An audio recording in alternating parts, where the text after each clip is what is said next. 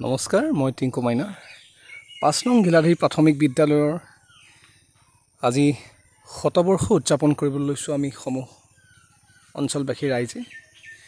এই শতবৰ্ষ উদযাপন কৰাৰ ক্ষেত্ৰত অঞ্চলটোৰ বিভিন্ন স্থানৰ পৰা বিভিন্ন লোকে সকলো দিশৰ পৰা সহায় সহযোগিতা আগবঢ়াইছে আৰু সেই প্ৰত্যেকজন ব্যক্তিকে আমি ধন্যবাদ জ্ঞাপন কৰিছোঁ। আজি এই শতবৰ্ষ উদযাপনত আমি প্ৰথম কাৰ্যসূচী হিচাপে পতাকা উত্তোলন কাৰ্যসূচী আৰম্ভ কৰিব লৈছোঁ। এই কাৰ্যসূচীত আমাৰ আজিৰ এই উদযাপন সমিতিৰ সভাপতি হৰেশ বৰুৱা ডাঙৰীয়া, স্থানীয় সাংবাদিক পৰাগ বৰুৱাদেৱ, বিদ্যালয়ৰ প্ৰধান শিক্ষক ৰুদ্ৰকান্ত দাস ডাঙৰীয়াক আৰু আমাৰ CRCC বিপুল দৰাকে প্ৰমুখ কৰি উপস্থিত সমূহ ৰাইজ, ইয়াত সকলোকে আমি শ্ৰদ্ধা জ্ঞাপন কৰিছোঁ। আমি এয়া পতাকা উত্তোলন কাৰ্যসূচী আৰম্ভ কৰিব লৈছোঁ। আহকচোন সকলোৱে আমি ইয়াৰ সহভাগী হওঁ। এয়া পতাকা উত্তোলন কাৰ্যসূচী আৰম্ভ হৈছে।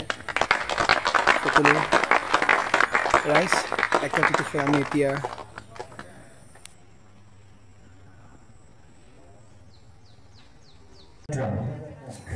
পতাকা উত্তোলনৰ কাৰ্যসূচীৰ পাছতে আমি সাংস্কৃতিক শোভাযাত্ৰা আৰম্ভ কৰিবলৈ লৈছোঁ।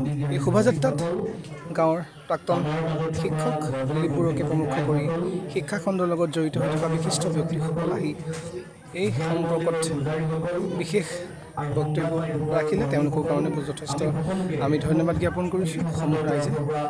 আৰু এই অনুষ্ঠানৰ পাছতে নিশালৈ আমি সৃষ্টিশীল নৃত্যৰ লগতে ঋতুল ৰাজৰ গীতৰ শৰাই ৰাখিছিলোঁ আৰু আমি ঋতুল ৰাজৰ গীতৰ শৰাই আপোনালোকলৈ আগবঢ়াম। ৰাজীৱ শদিয়া ককাইদেউৰ বিভিন্ন গীত তেওঁ আমাক শুনালে।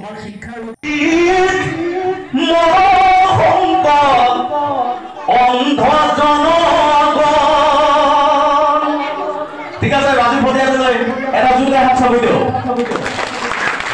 ঠিক আছে, আৰম্ভ কৰিছোঁ।